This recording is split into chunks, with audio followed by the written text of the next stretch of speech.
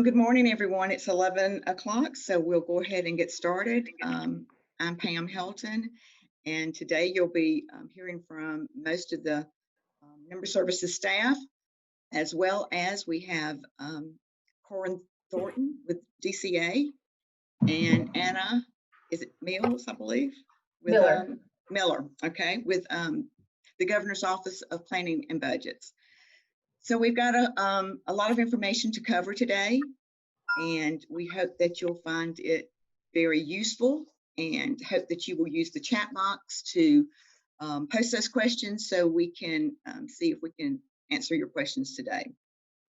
So over the past few weeks, we know that city officials have received multiple emails from GMA, DCA, and OPB providing instructions and facts regarding the CARES Act, coronavirus relief funds, and the Phase 1 funds that are now available to cities. And while DCA is the lead state agency responsible for issuing the CARES Act guidance to local officials, approving the funding request, and maintaining the CARES Act portal, GMA is providing this session as a comprehensive overview of all the resources available. And we'll go through the steps required for accessing the CARES Act funds and including some instructions on the use of the portal. So we hope that this session will empower our city officials to have tools that you need to access the maximum amount of CARES funds. And we hope that you can do so by the deadline of September the 1st, which we know is right upon us. And just as a side note, I will say that our executive director, Larry Hanson, as well as the ACCG executive director, Dave Wills, they've already both contacted the governor's office about the Phase 2 and Phase 3 funding, and hoping to get that funding immediately after that September the 1st date so that you can begin planning for those expenses that you'll need to submit for that funding, as well as trying to get some leniency on the time as well. So they're working on your behalf. They've been working on your behalf all through this process, trying to do have the cities and counties the availability and the time needed for the funding. So we'll be walking through the process and providing some insight on some of the questions that we have been receiving about the CARES Act funding and the eligible expenses. If you have just to get started, I'll go through our agenda. Oh, let me do our legal first. Okay, so please note that this session is provided for information purposes only. GMA is not authorized to make final determinations about funding request eligibility, but we are here today to provide you with information based on our discussions with state officials, our familiarity with the CARES Act legislation and Treasury guidance. So city officials are urged to contact Corin Thornton at DCA or Anna Miller at OPB for clarification that you need on any particular item or issue. So this session is not and should not be treated as legal advice, and you should consult with your legal counsel if you have any questions of a legal nature related to the CARES Act legislation. Today we're going to be going through the website portal, talking about how to do those pay requests. We'll go through some Q&As on some questions that we have received, as well as some of the questions and answers that have been published by the Department of Treasury and the OPB. We will go through the accounting portion of the CARES Fund, and then we'll go through the lessons learned and Q&As from the pros, which we consider to be Corin and Anna. We've got some resources, some links for you at the end of the presentation, and we'll wrap it up in an hour. So if you have not received the email from the Grant Care and set up your account, then after this webinar, please contact me so that we can ask the state to resend that email to you. Once that email is received, the chief elected official should electronically sign the terms and conditions and submit it back to the state. Do not forward the email because it will only work with the email address assigned. They will receive their own link to the CARES Act website so that they can set up their user account information. You can also set up different users to with the city that can access the portal so that your accounting department can actually do the work for you, but the elected officials are the chief elected staff who needs to sign off on the terms and conditions. Just as a side note, please have this document reviewed by your city attorney. And also you need to pass a resolution, and you can find one on our website that we will post for you in the next few days. This resolution does not have to be sent to the state. We just ask that you keep that on file. But time is of essence, and so cities should really begin the process now. So let's go through the portal. So, after you have redeemed your invitation, you'll want to go to the cares.georgia.gov website and sign in with the username that you created. If you've forgotten your password already, there is a forgot password. This will take you to the information of at the bottom of the screen of the your locality and how much you were approved for. You'll want to start with adding a project, and this project will give you like the umbrella of where you will submit your expenses for that particular project. So if you wanted to put in your project of public safety payroll, that would be a project. And then if you wanted to add a new project, you could go to the tab here and add a new project. If you wanted to go to the project of building a facility, testing facility or whatever, having a temporary testing facility built, that would be a new project. The information is just fill in the blanks when you're adding your project. Pretty standard. When you get to the description, please be providing enough information that will help to identify that project and your justification, as well as the planned project outcome. The more information you provide, the better off you'll be, because that will eliminate the need for DCA having to send it back to you to get more information. So once you add that project, it's in the system, and then you can start by going to that project and clicking on which project you're going to add your expense items for. We want to make a payment request, a new payment request, right? And hit that tab so that you can start with the new direct expense items right here. And it's pretty much fill in the blank. But when you get to the category section, you'll want to use the drop-down box and select from the pre-established categories.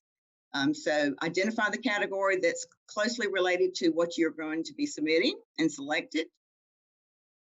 And then when you get to the allowable activity, you'll want to do the same. Go to the drop-down box and select one of the activities that closely just tells what your expense report is for.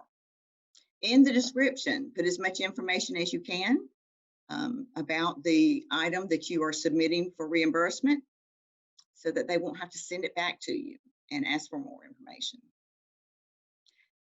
Your direct expense request will need some supporting documentation, and you will be able to click on one of these areas. Well, first you can put in your quantity and your cost of the item you're submitting and the unit, and then you can do the supporting documentation by uploading and selecting one of these activities right here. If it's a contract, if it's equipment purchases, if it's general items, or if it's labor or materials and supplies.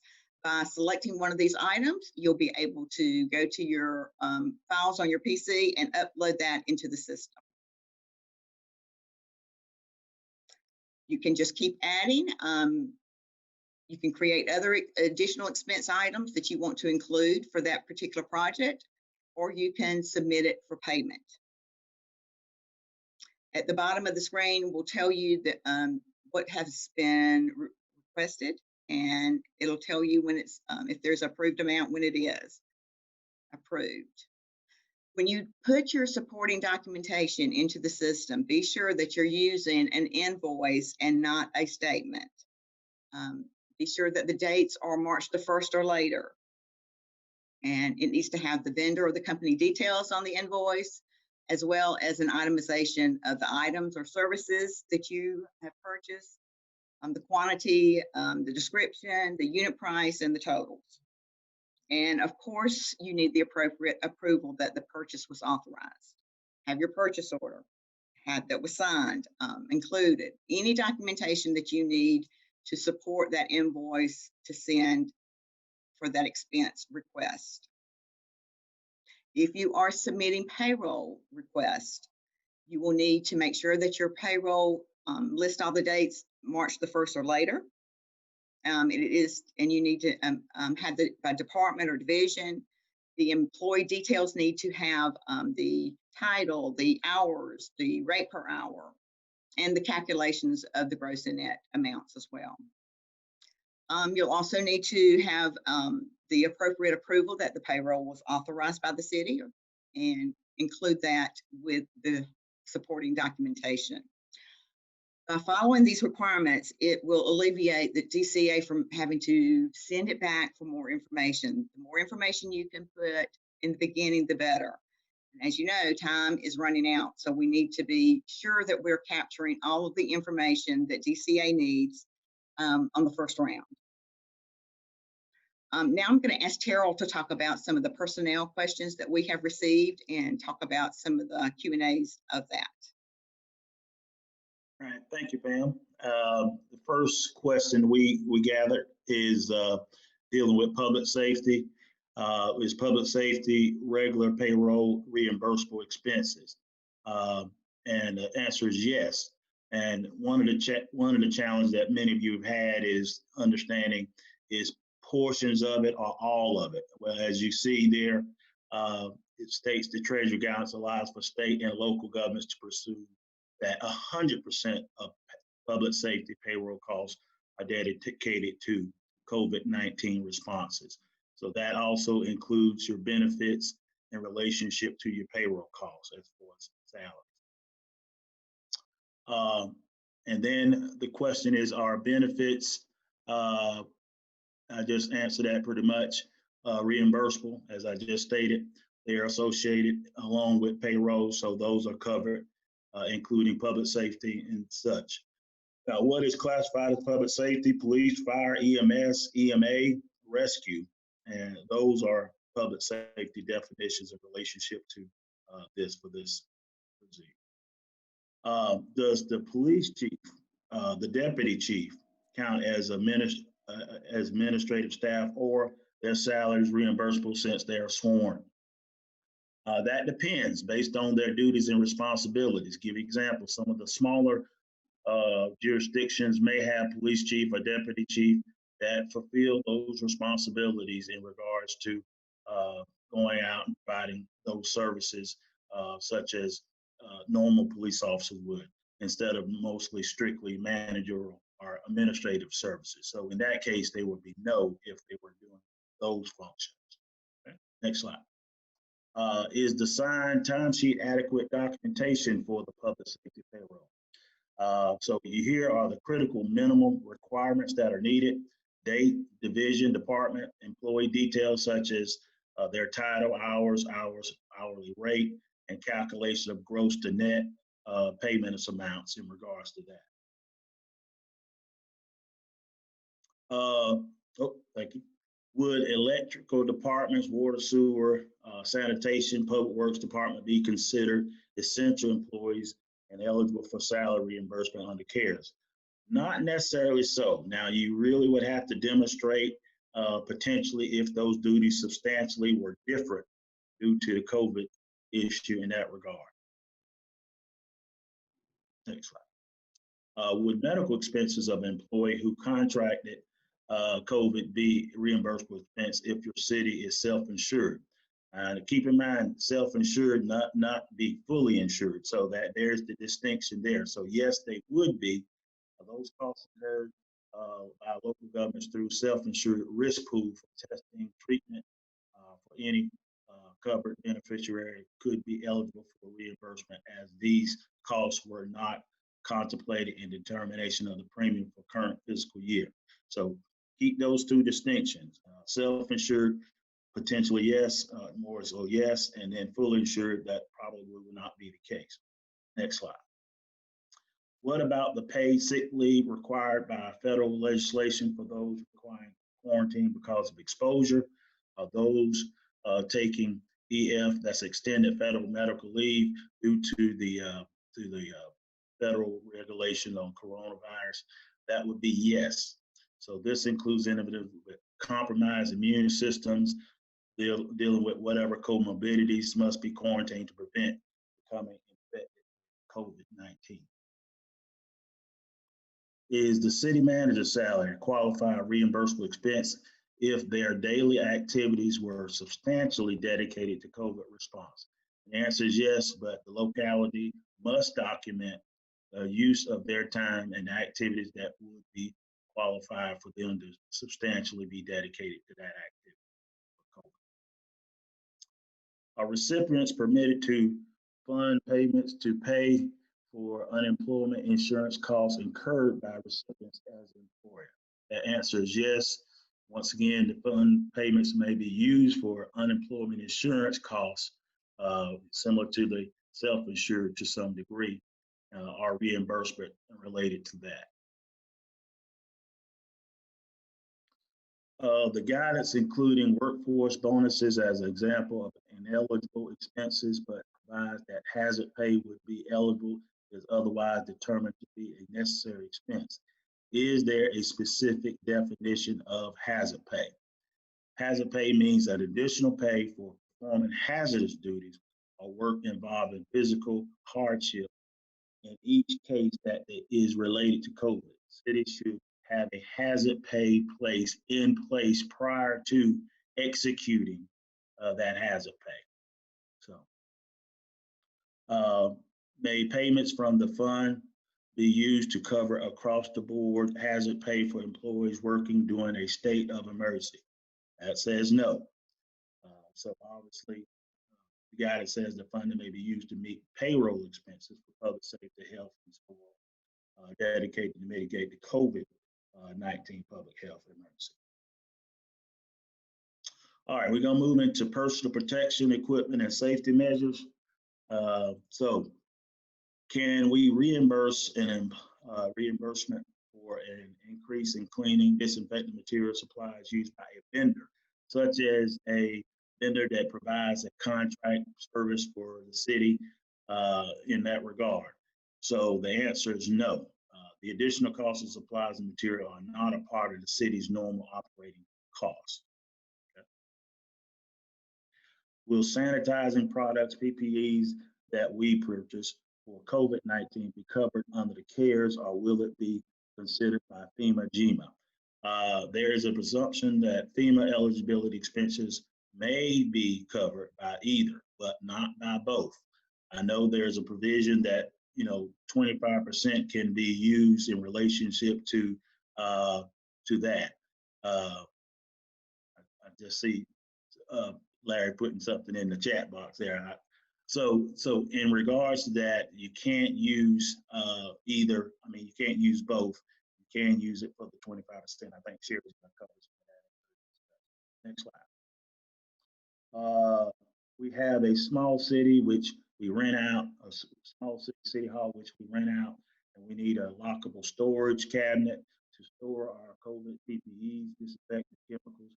Can we use CARES funds to buy the cabinet, keep them safe? And that is yes, because you're using it to help mitigate and protect those items. Can CARES funding payments be used for COVID-19 public health emergency recovery planning? Yes, and that is a big one, because obviously you want to be prepared for future considerations and challenges that your city may be facing. Our costs associated with increased solid waste capacity, eligible use of payments for funds. The answer is yes. Cost to address increased solid waste as it relates to the public health emergency, dealing with personal protection equipment disposal and things of that nature would be eligible. Since people have been at home, and I know this kind of relates to the one we just talked about, since people will be home for the last for the last few months, they have been cleaning out and generating more trash than normal. This has led to increased disposal costs, tipping fees for cities in relationship to their services sanitation. Would this be considered a reimbursable expense? And that answer is no.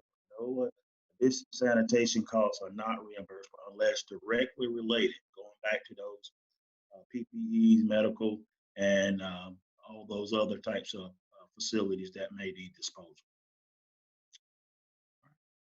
May fund payments be used to for expenditures necessary to prepare for future COVID outbreaks? And that answer is yes. Fund payments may be used only for expenditures necessary to address the current COVID public health emergency. But, for example, a city may spend fund payments to create a reserve of personal protection equipment, preparing for the potential next wave in the fall, things of that nature.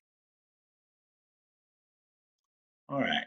Can the city purchase PPEs and sanitation equipment and provide them to the schools, such as masks, so forth and so on? Yes, local entities can transfer these to these local entities to provide those eligible purchases for their benefit. Is cost related to implementing online payments reimbursable? Yes. As it is, a lot of communities may not have that in place, but to put that in place to help mitigate citizens or customers from coming in to those buildings, this is an eligible expense. Will the expense of sanitation and deep cleaning be eligible? Yes, as long as its sanitation efforts are above normal budgetary expenditures. All right, we're going to switch it over to Ms. Emily Davenport to talk about the next categories of questions that we had. Thank you, Terrell. So as we all know, most of us have been working from home or other remote locations, so teleworking has been a big topic for us to discuss.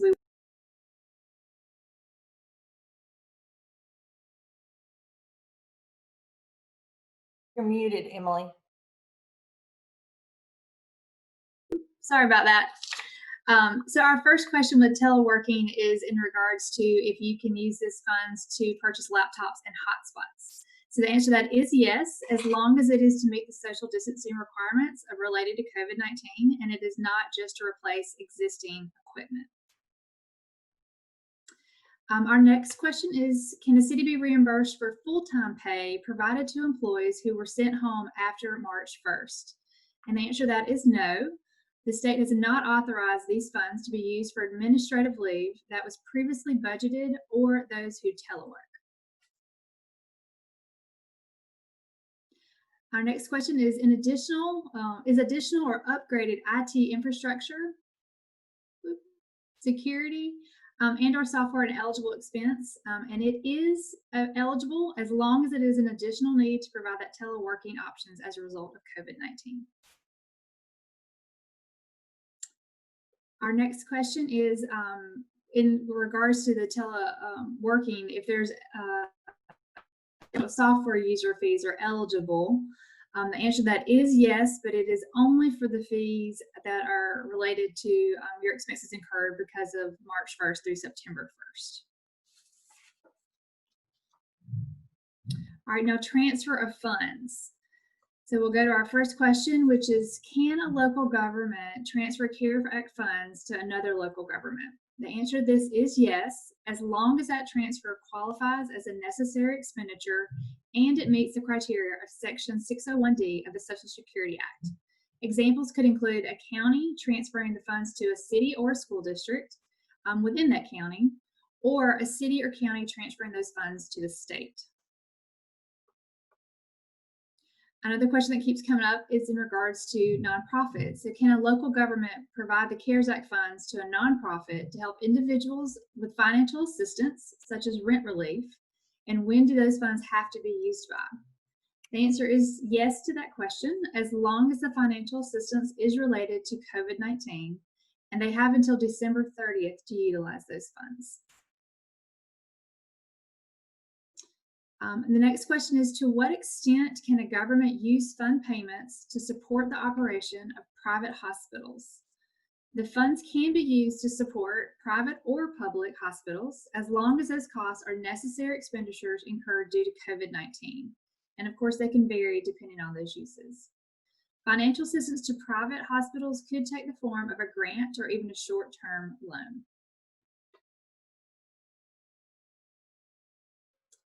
So the next question is, can funds be used to assist individuals enrolling a government benefit program for those who have been laid off due to COVID-19 and lost their health insurance?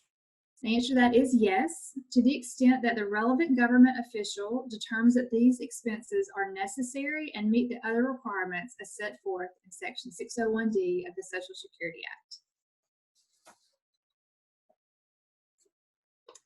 Our next question is, can funding be used to provide a consumer grant program to prevent eviction and homelessness? The answer is yes, as long as the recipient considers the grants to be a necessary expenditure due to COVID-19 and the grant meets the requirements under the Section 601D of the Social Security Act. Please note that aiding recipients to meet property tax requirements is not eligible use of these funds, but exceptions can be made if it is to prevent foreclosures. Our next question is, can funds be used to provide emergency financial assistance to individuals or families directly impacted by a loss of that include due to COVID-19?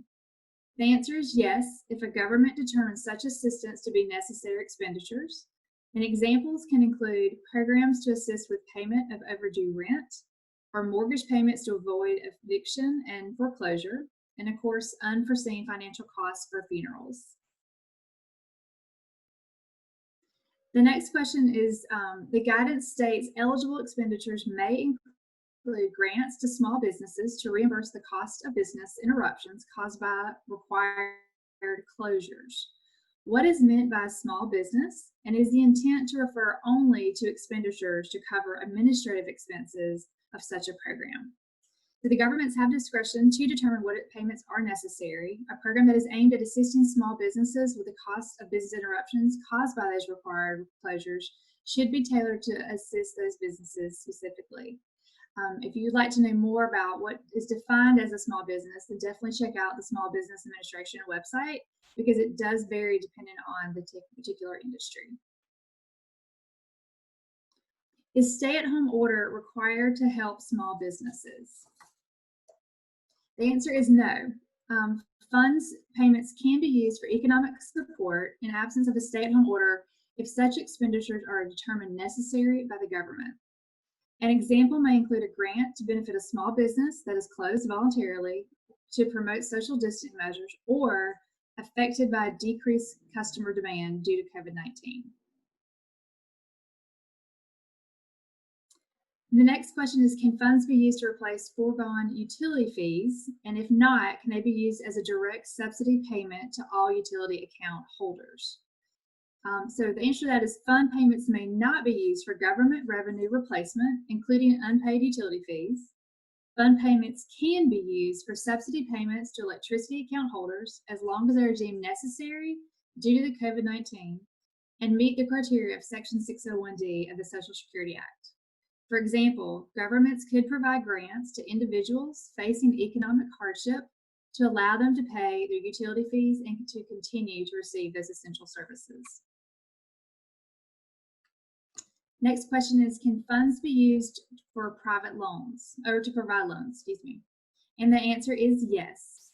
As long as the loans qualify as eligible expenses under Section 601D of the Social Security Act, any funds repaid by the borrower before December 30th must be either returned to the Treasury by the local government or used for another eligible expense.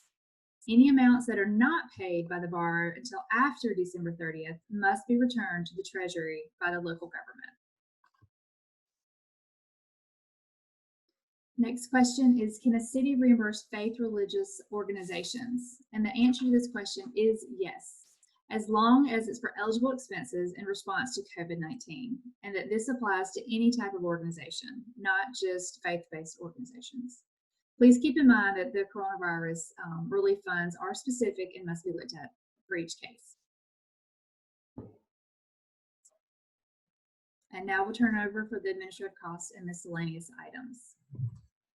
Good morning, everybody. I'm Sherry Bailey, and I know we're getting a lot of questions in the chat box, so at the end, we're going to go over some of those that haven't been covered yet. But this is going to cover administrative costs and miscellaneous item questions that we received. And the first one is if there's a product out there that a software product that allows for residents to submit requests or let city staff know of issues. They can upload pictures. Would that be an eligible expense to slow the flow of traffic within City Hall?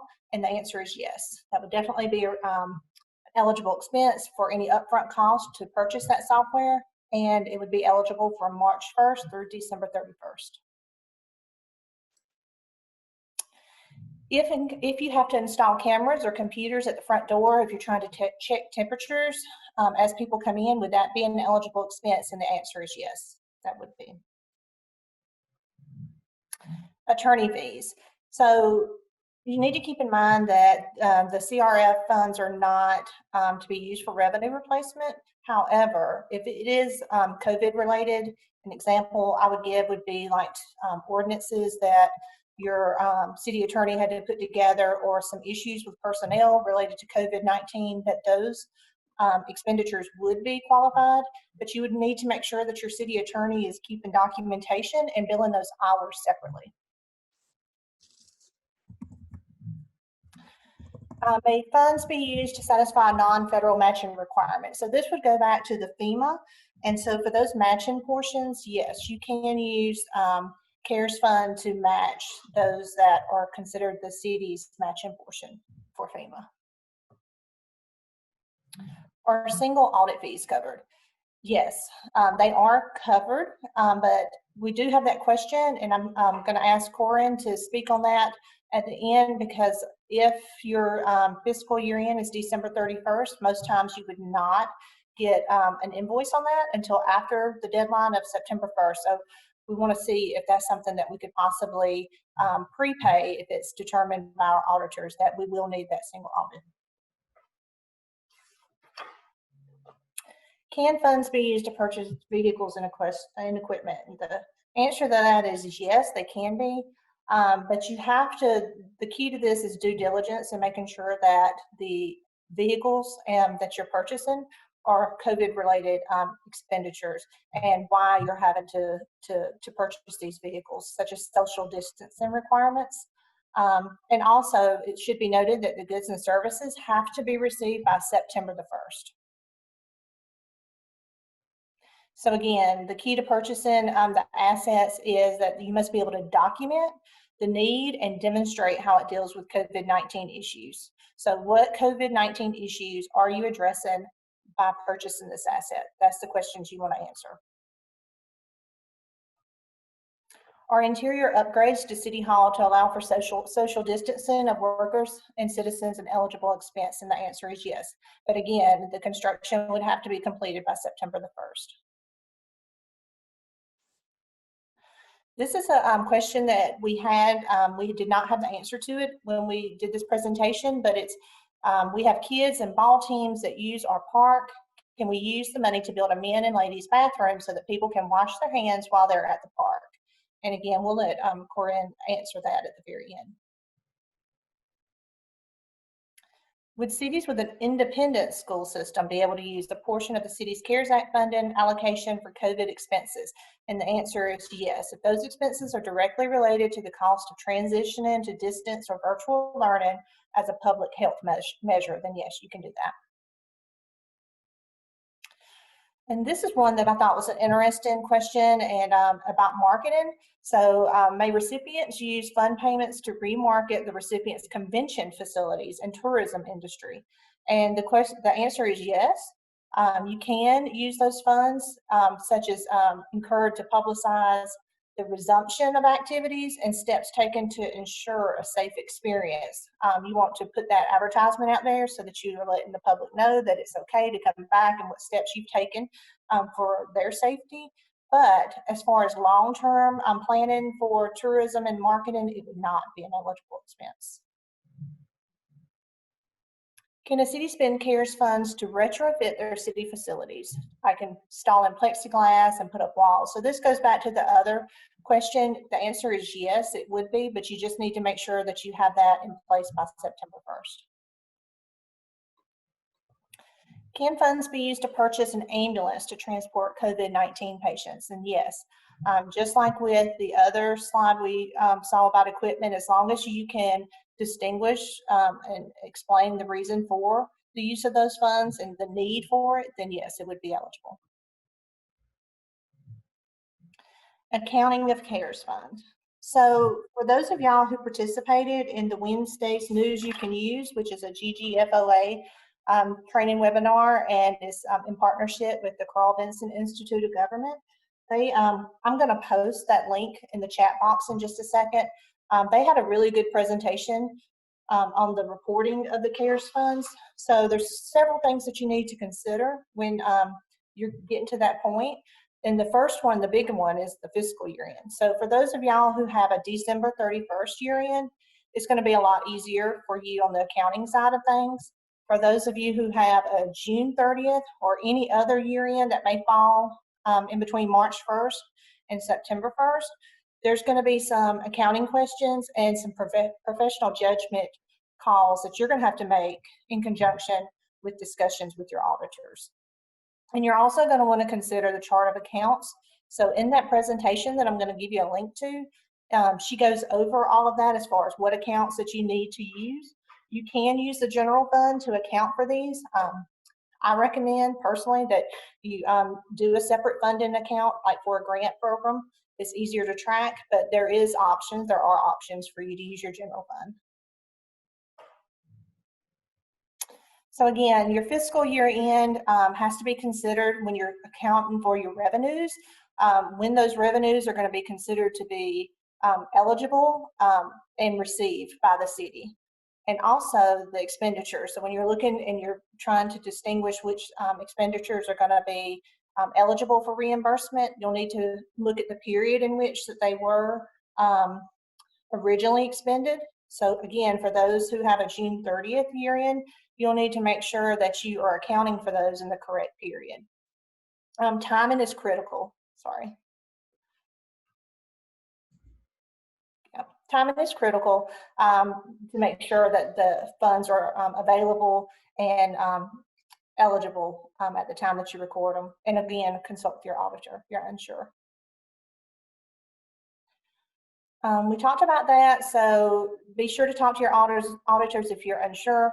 I've actually been in conversations with the Department of Audits and Accounts as early as this morning, and so they are working on some of the questions that we have about the availability of funds and how that will be recorded for those who have June 30th year ends. So you can expect more information to be coming out from us and from GGFOA and also from the Department of Audits.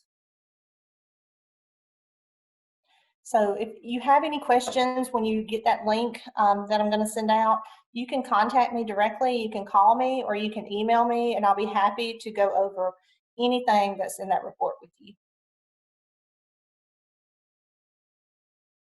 So some of the questions that we had in regards to the CARES funds and reporting is, do they have to return unspent funds to the Treasury? And yes, the answer is yes. You do have to return any funds that you do not spend. And then what records must be kept? Again, you should keep sufficient records to demonstrate the decisions that you're making and everything in accordance with Section 601D of the Social Security Act. May recipients deposit fund payments into an interest-bearing account? Yes, you can do that, but any interest that's earned on it will have to be used for CARES eligible expenditures. For those who are reimbursing yourselves for expenditures that you've already incurred, this probably will not affect you. But if you do deposit that into an interest-bearing account, that's something you need to consider. May governments retain assets purchased with payments from the fund? And the answer to that is yes. There are some limitations on the eligible use of funds provided by 601D. Just need to make sure that you abide by that, but yes, you can retain those assets. And then what rules apply to the proceeds of disposition? There are some federal regulations about disposition of property that's purchased using federal funds. So you'll just need to make sure that you refer to the references, which is in the next slide, on the federal guidelines for the disposition. So at this time, so this is the contact information for Corinne and Anna Miller with the State Office of Planning and Budget. And so they will be speaking in just a minute on some of the questions we had. Thanks, Sherry. So can we go through some of the questions and get our experts to tell, or would you like to tell us about some of the problems maybe that you've encountered thus far, to tell the cities of what to do about submitting their expenses? I would love to just address some general process comments first. I know there have been a lot of questions relating to using the portal, that kind of thing. Just to kind of give you an overview, that Grant Cares portal is what we are using to allow communities to document their expenditures. Right now, we are trying to reconcile that 30% advance payments that local governments have received once they sign the terms and conditions. So all that documentation goes into the system. So the DCA regional reps do what we call level 1 review, and we are just making sure that there is documentation to support your request, to make sure that you've selected the right categories, that sort of thing. Once we see all that information, we do send things back for revision. Communities should be able to edit that item that's returned for revision. If they're having issues editing it, reach out to your regional rep. There may be a glitch in the system, but you should be able to, at this point, to edit that submittal, to delete information, add new information. Once we see the documentation and complete level 1 review, it goes to staff at the state accounting office, and they do a much deeper dive into the documentation and the types of uses and that sort of thing. And they ultimately will send it back for more information, or they will reconcile it. Once you have allocated your entire 30% advance payment and it's reconciled, then you will be able to submit reimbursement requests for the remaining 70% of phase 1. So that's kind of how that process works. I know there are some questions about how long it'll take. The answer is that depends. There are about 15 staff total at the state that are reviewing these. And we are trying to look at them as quickly as they come in. But one thing that will definitely expedite the process is if the documentation is clear from the outset, so that we don't have to come back and ask questions. There's been a lot of discussion about public safety payroll and how that is one way to make sure that you're able to fairly easily account for your 30% advance payment. Not every community has that, but that is one way to do it quite efficiently, because it's basically going to be one submittal with that supporting documentation. Other things that we've seen that have been kind of red flags is don't use the other category unless it is absolutely something that's not addressed in those other allowable drop downs, because that is something we typically are going to have to send back and ask for more documentation. If there's anything that would not be readily apparent to someone reviewing it, please put that in the description, because all that we have to go on is what you submit to us. So to expedite things, make sure that your submittals are as clear as possible and that they have the full documentation. And that's just a couple of things I wanted to say just in general about the process. I know there have been some questions about September 1st. September 1st is a hard stop. At this point, we don't have any control over that. So everything has to be submitted in the system by September 1st. Items have to be received by September 1st. And we do need to see documentations that items have been received, not just that you've ordered the items, but that items have been received.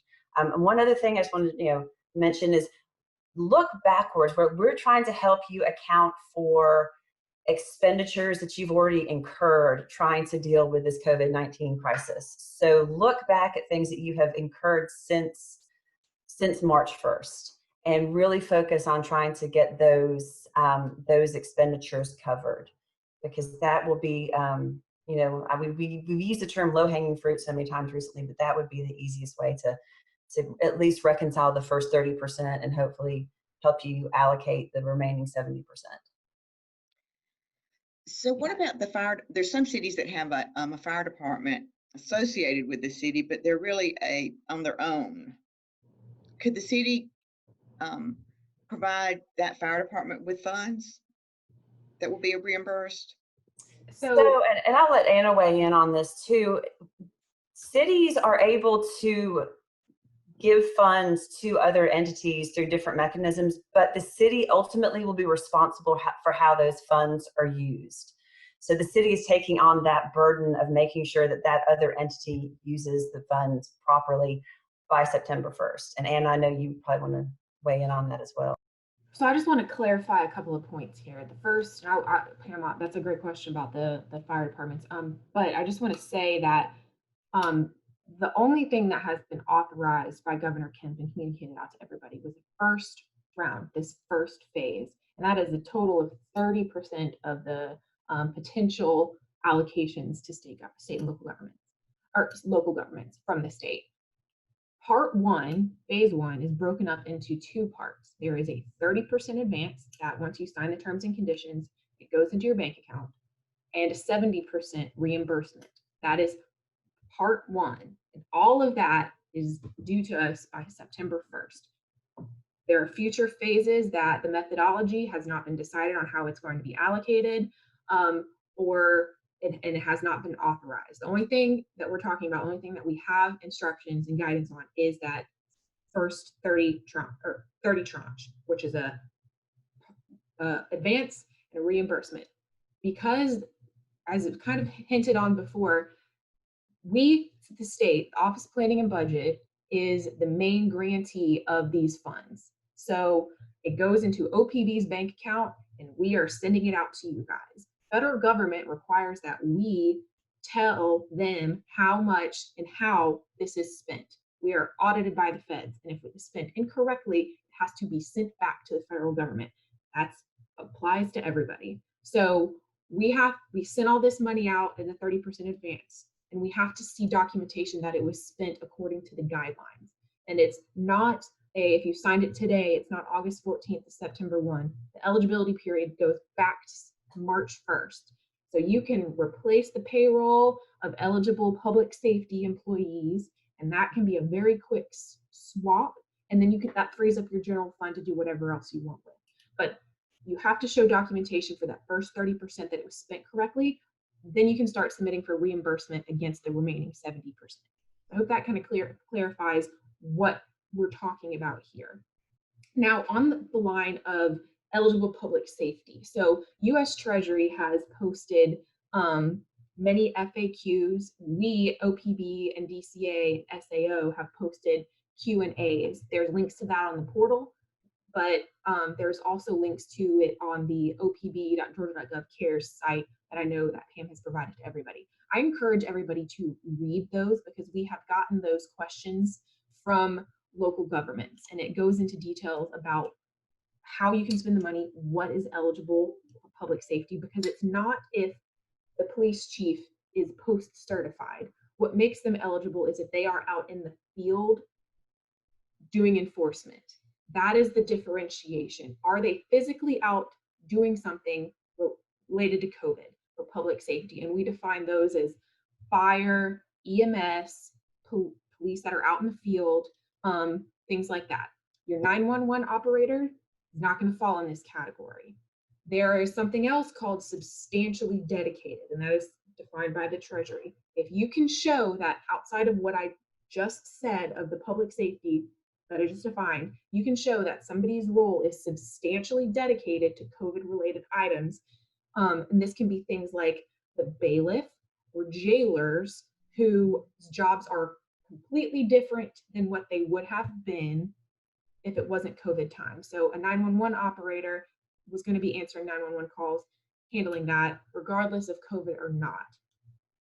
If the bailiff is now standing an additional role, taking temperatures as somebody walks in the courthouse, that can be substantially dedicated. You just have to show in your documentation that he or she was not going to be originally there doing that at that time, and that's what makes them eligible. So I've seen a lot of questions come in on that, so I hope that clears that up. Now for fire, to what you were saying, Pam, about fire department, I think that is the city like contracting with them? If so, I'll just continue on with that train. If the city is contracting, I've had this question in relation to EMS, if they contract with an EMS. CARES funds can't just replace the base contract of that, but if they can show there's been a substantial increase in the usage, CARES funds could potentially pay the delta of the base contract to the final amount. So I think that would apply to the fire departments as well, but you would just need to show a little bit of documentation. I would reach out to the your DCA rep prior to submittal on that. But kind of to what Corin had mentioned, where this first phase is supposed to be those easy wins, those low-hanging fruit, where you can just upload all of the items that you've already spent and get the documentation done quickly. There are some more complicated and creative ways to approach these CARES funds, but because of the timeline, because the thought process behind this first tranche was to be this look back, you can submit it, but it may take a little time for somebody to review them and get all of those questions answered. So that was a lot. So let me pause and see if I brought anything other questions up from that. So how about if a city has money left over? I mean, they don't use all of their 30% or 70%, and so they want to go ahead and give it to another agency. What documentation do they need to do that? Okay, so if funds are not spent by September 1, it goes back to the pot automatically to be dispersed in a potential second phase. Now, if there is a city that does not want to have their funds, it doesn't they have anything eligible, or they don't want to deal with reporting or any of that, they can give that money to their county. Now they will, or to their school district or anything, but if you give your money to your county, you then would be responsible for how your county pays for it. Now, if you don't, we encourage you guys not to do that. What we would encourage you to do is reach out to myself or Corin, and we will handle it on the back end, so you are not responsible for monitoring your county spend. So reach out to us in that case. And we have actually had 2 small cities already do that.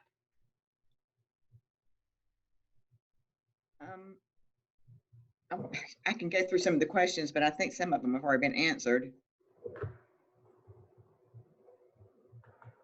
This for public safety payroll, can we issue a line for each payroll, or can it be a lump sum? So it can be a lump sum if you're only referring to the first 30%. If the question refers to your whole part 1 disbursement, it needs to be broken up into your 30% for your advance and then your 70% for your reimbursement. But you don't have to do by pay period. Please don't do by pay period. I think somebody's confused about how to add, if it's sent back, what's the best way to amend it, the expense to, and add more backup? There are videos on the portal and OPB's CARES site that show you how to use the portal and interact with the portal. I would encourage you guys to check those out.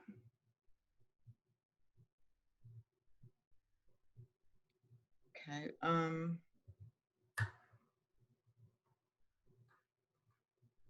Does anybody else see a question that we need to get answered?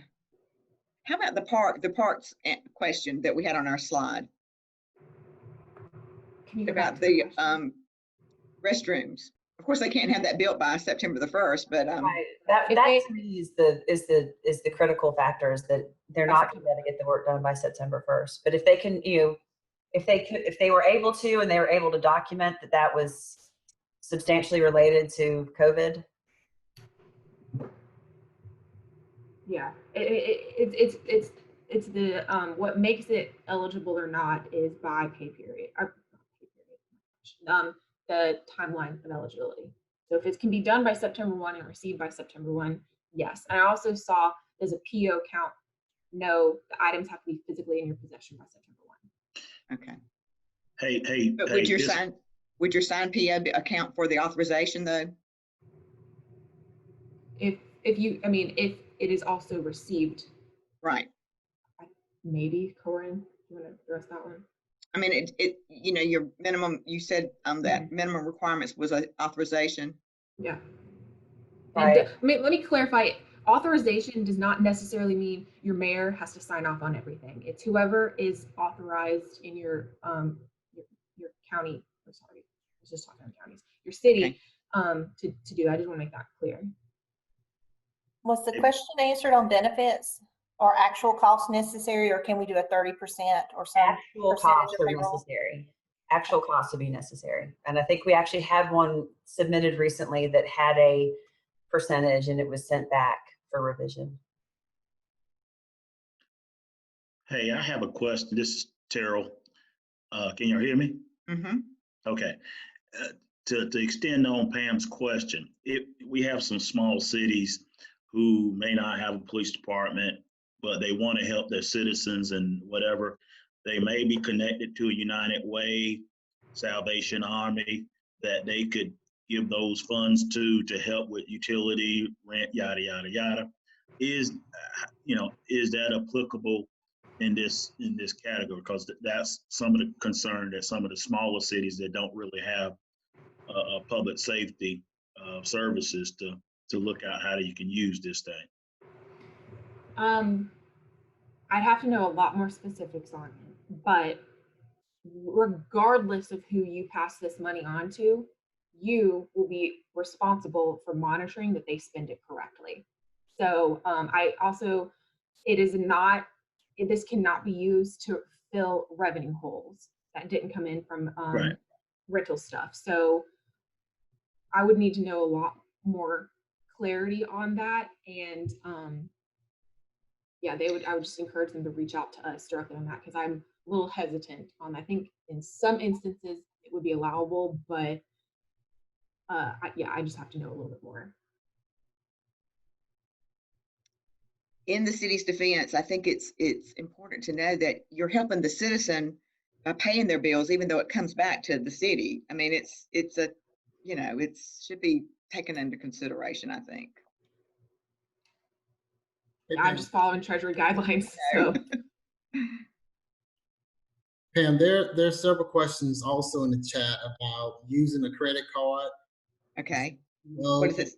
Also, clarity on reimbursement for credit card fees. Is it something they had before March the 1st? It didn't say. They just wanted some clarity on how can they get reimbursed for credit card fees, and also if they're using a P card instead of a PO. Okay, so they want to know if the charge from the credit card company is an allowable expense when somebody pays their bill online. Is that correct? Yes. Okay. Anna? I'm thinking about that one. Okay. I guess the increase in those paying their bills online because they can't come into City Hall because they're closed or whatever, they're not, can those fees be absorbed through the fund? I'm thinking no on that one, but I'd have to think about It's interesting that we haven't had that posed Yeah. heretofore. So we'll have to get an response on that. And I want to clarify on my statement about police and fire. If your police chief, again, your fire chief is out doing something, they are in the field and they're eligible. If they are sitting behind a desk, they would be under the substantially dedicated side of things. So it's not the post certification or the title, it's the physical activities that the individual is doing. Frida, what was the other one? Another one was, can a city contract with Development Authority to administer a small business assistance program that helps with rental assistance? I've seen several questions on that.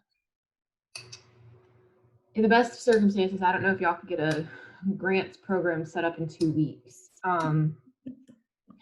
And then also the local government would still be responsible for how those funds were utilized. So even if you could get it all ready and dispersed by September 1, would you want to assume that responsibility is the other part of it? Anna, I have a question, and this is what I alluded to earlier with talking with Jackie with the Department of Audits this morning, but will the funds for those cities that have a June 30th year end, will those funds be considered available to them? So if they're having to journal entries to account for eligible expenditures from March to June, would those funds be considered available at that time? Yeah, the state's on a fiscal year like that. I would refer you to the Carl Vincent presentation on how to account for it.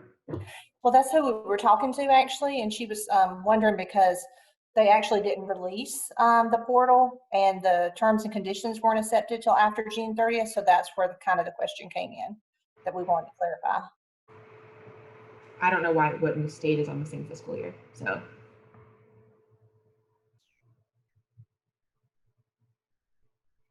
Do you see any other questions on the chat box? I saw one related to technology fees, and we've had several questions come up about that, whether it's licensing for software or support for some sort of teleworking or virtual meeting type thing. Those fees are eligible so long as it is for this March 1 through September 1 period. It's just for the pro rata piece. It wouldn't be for a 3-year contract or an annual contract, just for that time period. And I think there was a question about whether or not, like if you use a P card or a credit card to purchase items and you want to be reimbursed for those, that is fine, just so long as you are able to provide copies of, of the statement that shows that was the form of payment. And also, one thing, I may have mentioned this before, but that the item actually has been received. If you can provide some sort of documentation.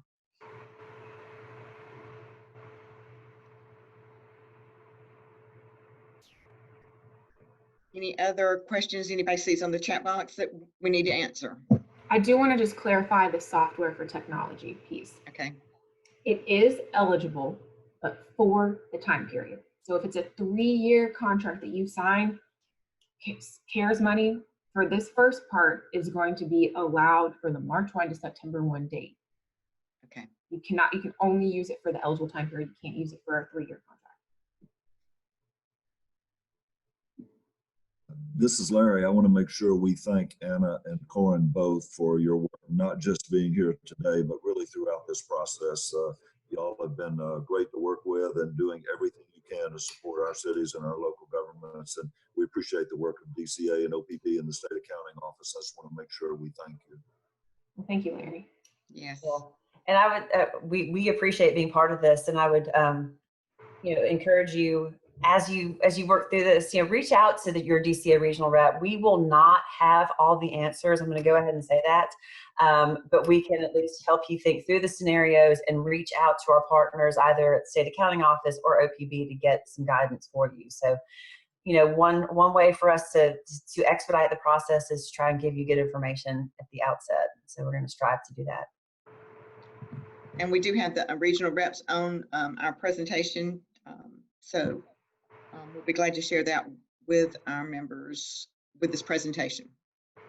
Does anybody have anything else before we adjourn?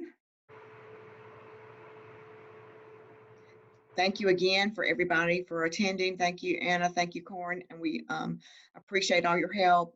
We'll be talking, I know, a lot in the next couple of weeks as everybody tries to get their expenses in.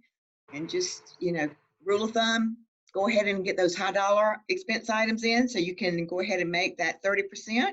So then that will allow you to, once those are submitted, you can work towards the 70%.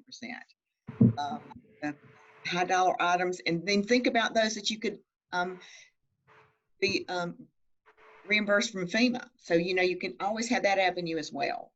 And think through it and be sure you call for assistance before you submit it if you have questions, because we don't want to delay it any longer than we have to. Pam, do you want to show the slide with the DCA reps just in case? Oh, okay.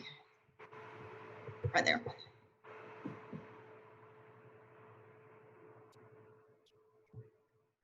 guess you can still see my screen.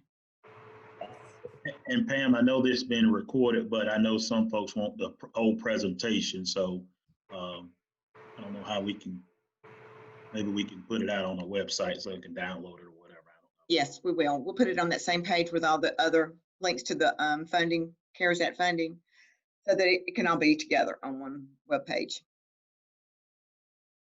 Okay. Well, if there's no other questions, thank you so much for being with us today, and I hope to we've answered some of your questions and been a benefit to you today. Thanks. Thank you.